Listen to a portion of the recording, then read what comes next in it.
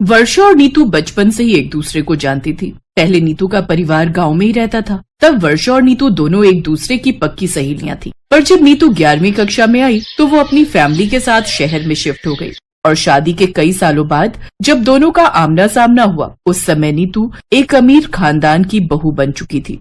Mummy जी, आपने काम वाली को बुलाया था, आई नहीं अभी तक। क्या नाम बताया था आपने उसका? हाँ, बोल तो दिया था आने के लिए। वर्षा नाम बता रही थी अपना।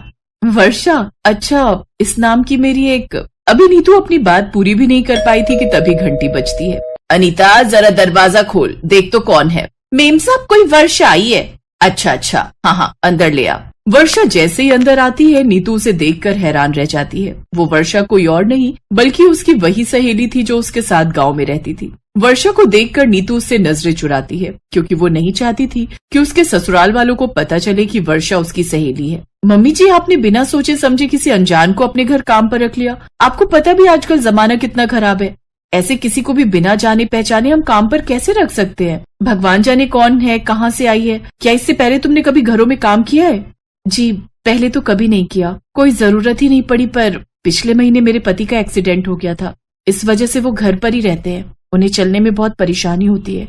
घर में कोई और कमाने वाला नहीं है, इसलिए मैं काम की तलाश में ही थी। और आंटी जी उस दिन मंडी में मिल गए और उनकी बहुत मेहरबानी रही कि इन्होंने मुझे काम पर रख लिया।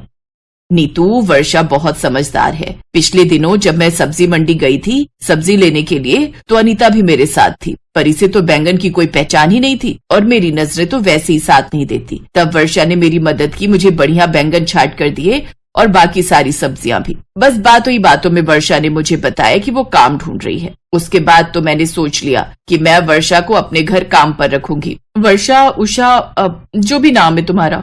देखो मम्मी जी बहुत सीधी हैं, उनके सीधेपन का फायदा उठाने की कोशिश मत करना, ठीक से काम करना। अनीता, वर्षा को घर के सारे काम समझा दो।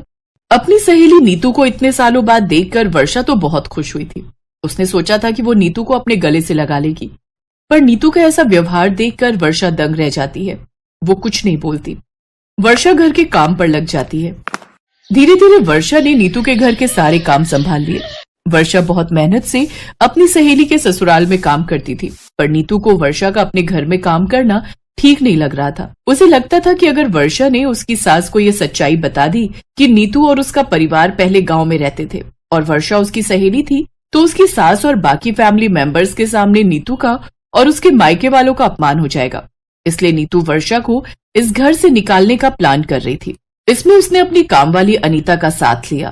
तुम्हें पता है ननद जी, जब से वर्षा ने मेरे घुटनों पर ये तेल लगाना शुरू किया है, तब से मेरे घुटनों में बड़ा आराम रहता है।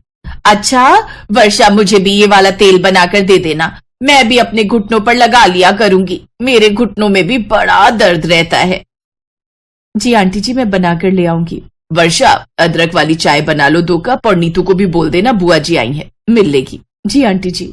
देखा कैसे वर्षा ने काम पर लगते से ही इस घर में सबको अपने जाल में फांस लिया है। अब तो तुम्हें कोई भी नहीं पूछता। मुझे तो लग रहा है तुम हमारे घर में अब कुछ ही दिनों की मेहमान हो। माँ जी तुम्हारा हिसाब और थोड़े दिनों में कर ही देंगी। लग तो मुझे भी ऐसा ही रहा है भाभी। अब मैं क्या ही करूँ, मुझे तो यहाँ काम करते हुए 3 साल हो चुके हैं। अगर मेरी जगह वर्षा ने ले ली तो मैं क्या करूंगी? आप ही बताओगी मैं क्या करूँ जिसमें सब मुझे नौकरी से ना निकालें। मेरे पास एक तरकीब है। नीतू अनीता के कान में कुछ कहती है। इतनी देर में वर्षा उसे बुलाने आ जाती है। बुआ जी आई हैं, आंटी जी आपको बाहर बुला रही हैं। हाँ ठीक है, आ रही हूँ। तुम कमरे की सफाई कर देना। मैं देख रही हूँ आजकल तुम सफाई का काम ठीक से नहीं कर रही हो। और हाँ, अलमारी के ऊपर की भी सफाई कर देना। चलो अनीता, मेरे साथ चलो, मुझे तुमसे कुछ जरूरी बात करनी है। नीतू अनीता के साथ मुंह बनाती हुई कमरे से बाहर चली जाती है। वर्षा की आंखों में उस दिन आंसू आ गए थे। अगले दिन नीतू की सास मंदिर से आई तो नीतू ने शोर मचा दिया। अनीता, मुझे सच सच बता, तूने मेरे सोने का हार कहाँ छुपाया है? भाभी मैं सच कह रही हूँ, मैंने आपका सोने का हार नहीं लिया। मैंने सोने का हार वर्षा को चुराते हुए देखा था। अगर आपको यकीन ना हो तो आप वर्षा का थैला देख सकते हो, हार उसी में होगा। नहीं नहीं, मैं किसी हार के बारे में नहीं जानती। मैंने कोई हार नहीं चुराया। तुम जैसे घटिया गरीब लोग ना ऐसे ही होते हो। मुझे तुम पर शुरू से ही शक था। दिखाओ अपना थैला। देखो सूरज, सोने का हार वर्षा के थैले में ही मिला। माँ, ये सब क्या है? आपने किस तरह की कामवाली को घर में रख लिया? ये तो चोर है। मैं अभी पुलिस को फोन करता हूँ। भाभी, मैंने आपको कहा था ना असली चोर वर्षा है। नहीं नहीं, पुलिस को फोन मत करो भैया जी, मैं सच कह रही हूँ, मुझे नहीं पता ये हार मेरे थैले में कहाँ से आया।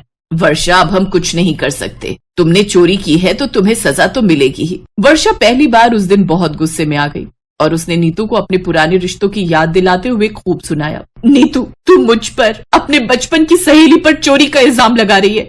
मैं सब जानती हूँ, तूने जानबूझकर मेरे ऊपर चोरी का इल्जाम लगवाया ताकि मैं इस घर से चली जाऊं, पर नहीं, अब बात मेरी इज्जत की है। मैं सबको सच बता रही हूँ। आप सब नहीं जानते, नीतू मेरे बचपन की सहेली है। मैं और ये गांव में एक साथ रहते थे।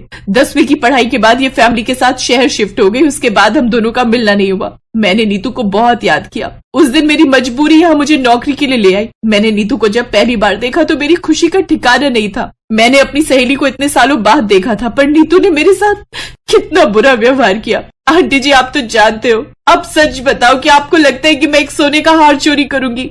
मैं अपनी पक्की सहेली के घर चोरी कैसे कर सकती हूँ? मैं ऐसा घिनौना काम कैसे कर सकती हूँ?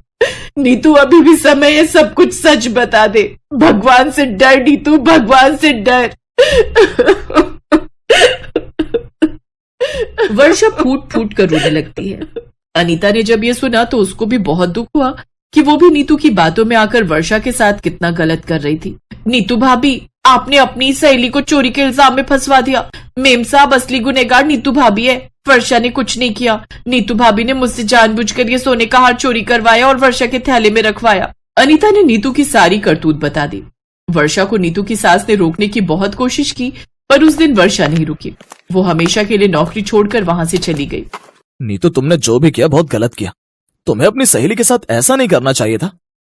मुझे शर्म आ रही है नीतू कि तुम इस घर की बहू हो। तुम अपनी सहेली को इतना अपमानित करोगी, मैंने कभी नहीं सोचा था। वर्षा चली गई है, अब वो कभी नहीं लौटेगी। तुमने उसका बहुत दिल दुखाया। वर्षा दोबारा कभी नहीं लौटी। उसने नीतू से हमेशा के लिए रिश्ता तोड़ लिया। अनीता ने भी वहां नौकरी करने से मना कर दिया और वो भी नौकरी छोड़कर चली गई। नीतू के पास शर्मिंदगी के सिवा कुछ नहीं था। उसकी इस हरकत की वजह से उसके ससुराल वाले भी उससे बहुत नाराज थे। नीतू ने अपने पैसे के घमंड में हमेशा के लिए अपनी बचपन की दोस्त वर्षा को खो दिया था। रुक जा प्रेरणा, रुक जा, बोल रही हूँ रुक जा, वरना बहुत पिटेगी। क्यों मैडम, क्या हुआ? अगर हिम्मत है तो मुझे पकड़ कर दिखा। कुछ ही देर बाद रसिका ने प्रेरणा को पकड़ लिया और फिर दोनों सहेलियां खिलखिलाकर हंसने लगी। ये दोनों बड़ी पक्की सहेलियां थीं और दोनों का कॉलेज और कोर्स भी सेम ही था। इसके अलावा स्वभाव से भी दोनों एक जैसी ही थी। हालांकि इन सब चीजों के बावजूद दोनों में एक बहुत बड़ा अंतर था। रसिका बहुत पैसे वाले घर से थी। उसके पिता की शहर में कई फैक्ट्रियां थी, जबकि प्रेरणा के पिता एक मामूली किसान थे। पर पढ़ाई में बहुत अच्छी होने की वजह से प्रेरणा को स्कॉलरशिप मिल गई थी, जिसकी मदद से वो भी रसिका के साथ इतने बढ़िया कॉलेज में पढ़ रही थी। फिर एक दिन कॉलेज में, क्या हुआ मैडम, किस सोच में डूबी हैं? अरे तू आ गई, पर इतनी लेट, कहाँ बिजी थी? अरे वो मैं बाबा के साथ खेत में काम करवा रही थी, तो बस उसी में थोड़ा लेट हो गया। अच्छा चल फिर कोई बात नहीं, कुछ जरूरी बताना है तुझे। हाँ तो बताना। यार वो लोग कल घर आए थे। कौन? अरे वही लड़के वाले जिनके बारे में मैंने तुझे पिछले हफ्ते बताया था। अरे वाह, तो जल्दी बताना, लड़का कौन है, कैसा दिखता है, क्या करता है? डॉक्टर है। वो 2 भाई हैं, दोनों ही डॉक्टर हैं। अब बड़े भाई का रिश्ता आया है मेरे लिए। तुझे कैसे लगे डॉक्टर साहब? प्रेरणा की बात सुनकर रसिका मुस्कुरा दी और रसिका की इस मुस्कान को देखकर प्रेरणा फौरन समझ गई कि उसे आकाश पसंद है। रसिका ने प्रेरणा को आकाश की फोटो दिखाई, जिसे देखकर प्रेरणा ने कहा, अरे वाह यार, सच में जीजू तो बड़े स्मार्ट हैं। और ये शायद इनके छोटे भाई होंगे, है ना? हाँ, विकास नाम है इनका। बढ़िया है। अब सच यार, मैं तेरे लिए बहुत खुश हूँ। बस अपने ससुराल जाकर मुझे भूल मत जाना। तू पागल है क्या? तू कोई भूलने वाली चीज है क्या मेरी जान? प्रेरणा और रसिका दोनों ही बहुत खुश थे। सब कुछ बढ़िया चल रहा था, लेकिन फिर एक दिन अचानक प्रेरणा के पिता के खेत के बगल से बह रही नहर में बाढ़ आ गई और सारा पानी खेत में आ गया। कटने को तैयार खड़ी फसल पूरी की पूरी चौपट हो गई। ये मंजर देखकर प्रेरणा के पिता को हार्ट अटैक आ गया और उनकी मौत हो गई। प्रेरणा के पिता के जाने का दुख उसकी माँ भी बर्दाश्त नहीं कर पाई और वो भी कुछ ही हफ्तों बाद चल बसी। प्रेरणा बिल्कुल अकेली रह गई थी। अपना कहने को बस उसके पास उसकी दोस्त रसिका ही थी। रो मत प्रेरणा, मैं हूं न तेरे साथ। खुद को कभी अकेला मत समझना, समझी ना? सब खत्म हो गया बहन, कुछ नहीं बचा मेरे पास। ऐसा मत बोल, जो मेरा है वो तेरा भी है। तू मेरी सहेली से बढ़कर बहन है। चल, अब से तू मेरे साथ मेरे घर पर रहेगी। नहीं नहीं बहन, मैं तेरे परिवार पर बोझ नहीं बन सकती। तू मेरी चिंता मत कर, मैं कैसे भी रह लूंगी, बस जब भी मुमकिन हो मुझसे मिलती रहना बहन। रसिका जानती थी कि स्वभाव से खुददार प्रेरणा कभी उसके घर आकर नहीं रहेगी और ना ही उससे कोई मदद लेगी, लेकिन उसे भी हर हाल में प्रेरणा की मदद करनी ही थी। तो जब उसे कुछ नहीं सूझा तो उसने इस बारे में अपने होने वाले पति आकाश से बात की। वैसे तुम्हारी इस प्रॉब्लम का एक सोल्यूशन है मेरे पास। हाँ तो जल्दी बताओ ना। तुमने बताया कि तुम्हारी सहेली बहुत खुददार है, मतलब किसी का एहसान नहीं लेगी। पर नौकरी तो कर सकती है ना? क्या मतलब? तुम्हारे पापा की इतनी सारी फैक्ट्रीज हैं, तो उन्हें मैनेज करने के लिए मैनेजर्स तो चाहिए होते होंगे ना? रसिका को आकाश ने बहुत अच्छा आइडिया दे दिया था। अगले ही दिन रसिका ने प्रेरणा से इस बारे में बात की। पहले तो प्रेरणा ने इनकार किया, लेकिन रसिका के बार बार कहने पर वो मान गई। रसिका ने अपने पापा से इस बारे में बात की तो उन्हें भी प्रेरणा को अपनी एक फैक्ट्री का मैनेजर बनाने में कोई परेशानी नहीं थी, क्योंकि वो भी प्रेरणा को काफी पहले से जानते थे और असल में वो भी प्रेरणा को अपनी बेटी जैसा ही समझते थे।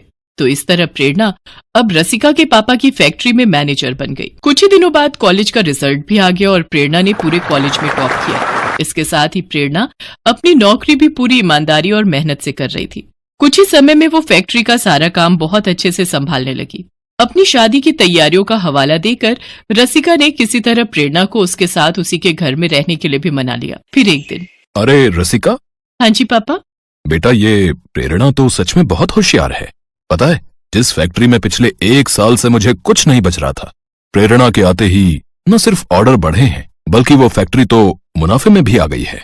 हाँ तो ऐसे थोड़ी ना मैंने आपको उसे जॉब पर रखने को बोला था। वो सच में बहुत अच्छी है। हाँ बेटा, सच में बड़ी प्यारी बच्ची है। जितनी समझदार और मेहनती है, उतनी ही संस्कारी भी है। लेकिन किस्मत ने बड़ा बुरा खेल खेला है बेचारी के साथ। सच में, अगर मेरा कोई बेटा होता तो मैं प्रेरणा को अपने घर की बहू बना लेता। अपने पिता की इस बात पर रसिका मुस्कुरा दी, लेकिन कहीं न कहीं उसे ये भी एहसास था कि वाकई उसकी शादी हो जाने के बाद प्रेरणा बहुत अकेली पड़ जाएगी और भविष्य में उसकी शादी भी किससे और कैसे होगी, ये भी एक बड़ा सवाल था। फिर एक दिन, ओए प्रेरणा की बच्ची, हाँ बोलना, तू मैनेजर क्या बन गई? बड़े नखरे हो गए तेरे। मेरे लिए बिल्कुल भी टाइम नहीं है तेरे पास। मेरी शादी आ रही है और तू है कि बस फैक्ट्री से घर और घर से फैक्ट्री में ही उलझी रहती है। मेरा लहंगा, पार्लर और ज्वेलरी कुछ भी फाइनल नहीं हुआ अब तक। अच्छा बाबा, मैं अंकल से बात करके छुट्टी ले लेती हूँ और आज के आज सब फाइनल कर देते हैं। अब तो ठीक है ना? पापा से मैंने बात कर ली है, तेरी छुट्टी अप्रूव्ड है। चल अब जल्दी से मेरे साथ चल। ऐसे ही रसिका की शादी का दिन भी आ गया। गहनों से लदी रसिका दुल्हन के रूप में बहुत ही सुंदर लग रही थी। रसिका के पापा ने शादी में अपनी हैसियत के अनुसार काफी खर्च किया था। शादी की तैयारियां पूरी थी और दूसरी तरफ जग्गा डाकू भी तैयार था। जग्गा डाकू और उसकी गैंग के नाम से ही सब डरते थे। सारे लोग चल चुपचाप से हाथ ऊपर करे, कोई होशियारी नहीं है। ए बगीरा, जाबे दुल्हन के सारे गहने ले आ। जग्गा और उसके आदमी बंदूक लेकर खड़े थे। बंदूक के खौफ से हर कोई सन्न था। जग्गा के साथियों ने रसिका से उसके गहने छीनने की कोशिश की, लेकिन रसिका उन्हें धक्का देकर भागने की कोशिश करने लगी। तभी जग्गा ने बंदूक रसिका की तरफ तानी और गुस्से से बोला, ए लड़की, रुक जा वरना गोली मार दूंगा, समझी? जग्गा ने सिर्फ कोरी धमकी नहीं दी, गहने हाथ से निकलते देख जग्गा ने रसिका को निशाना बनाकर गोली चला भी दी थी। लेकिन तभी ऐन मौके पर प्रेरणा गोली और रसिका के बीच आ गई।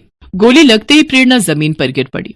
लेकिन इसी बीच किसी ने पुलिस को खबर कर दी थी और पुलिस की गाड़ी का सायरन सुनते ही जग्गा डाकू और उसकी गैंग वहां से भाग खड़ी हुई। रसिका तो बच गई, लेकिन अब प्रेरणा की हालत नाजुक थी। उसे फौरन अस्पताल ले जाया गया और काफी देर बाद जाकर उसे होश आया। ये तूने क्या किया पगली? तू ठीक है ना रसिका? मैं तो ठीक हूँ, पर तू बीच में क्यों आई? तू मेरी बहन है रसिका, मैं तुझे कुछ कैसे होने देती। उसके बाद रसिका का पति आकाश वहां आया। क्यों साली साहिबा, कैसी हैं अब आप? कोई दिक्कत तो नहीं? जी डॉक्टर साहब, सब ठीक है। थैंक्स मेरा इलाज करने के लिए।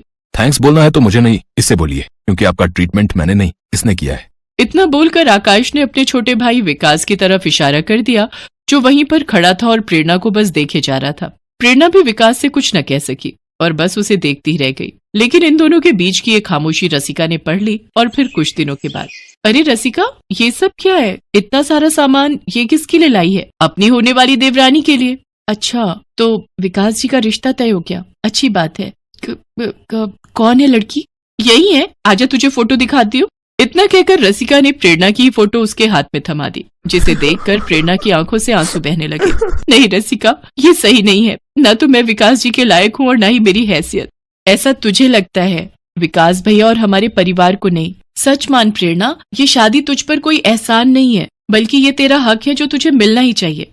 हाँ, पर मेरी एक शर्त है, शादी के बाद मैं तेरी जेठानी हो जाऊंगी तो थोड़ा अदब से बात करना मुझसे, समझी? रसिका की बात सुनकर प्रेरणा मुस्कुरा दी। अब सब ठीक होने वाला था। दोनों सहेलियों से बहन बनने के बाद अब जेठानी देवरानी बनकर हमेशा एक दूसरे के साथ और खुश रह